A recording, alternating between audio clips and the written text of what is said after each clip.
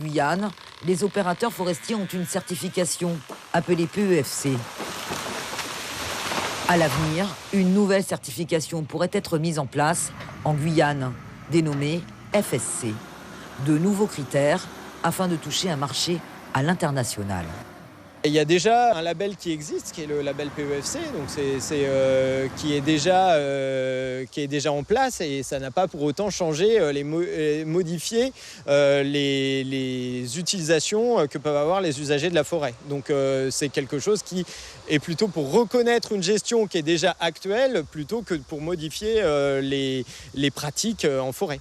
C'est un cadre national et en fait, il y a une déclinaison locale qui est faite pour adapter au contexte guyanais de la gestion des forêts. En fait, c'est une reconnaissance de la gestion durable des forêts qu'on cherche à obtenir par ce label international.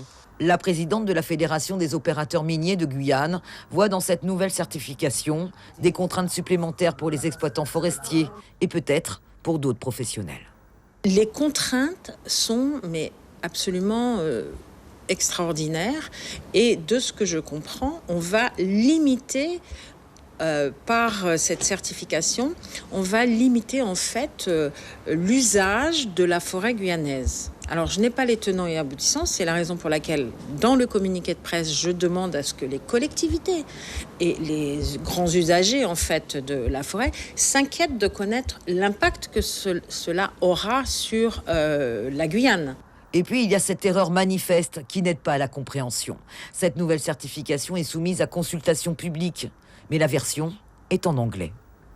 Lorsque j'étais sur le site de FSC France, j'ai retrouvé un document en anglais. Alors, il s'agissait de la Guyane française, donc j'étais absolument choquée. Je me suis dit, tiens, c'est la première fois que je rencontre une situation pareille. Je les ai appelés pour leur demander où était le document en français, parce que ça concernait la Guyane. Et ils m'ont dit qu'ils verraient ça cette semaine pour mettre en ligne un document. Depuis cette interview, la société FSC a corrigé l'erreur. Et depuis quelques heures, la version française est en ligne.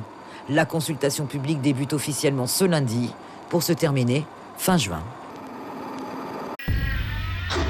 Suivez l'info sur Guyana Première, télé, radio et Internet.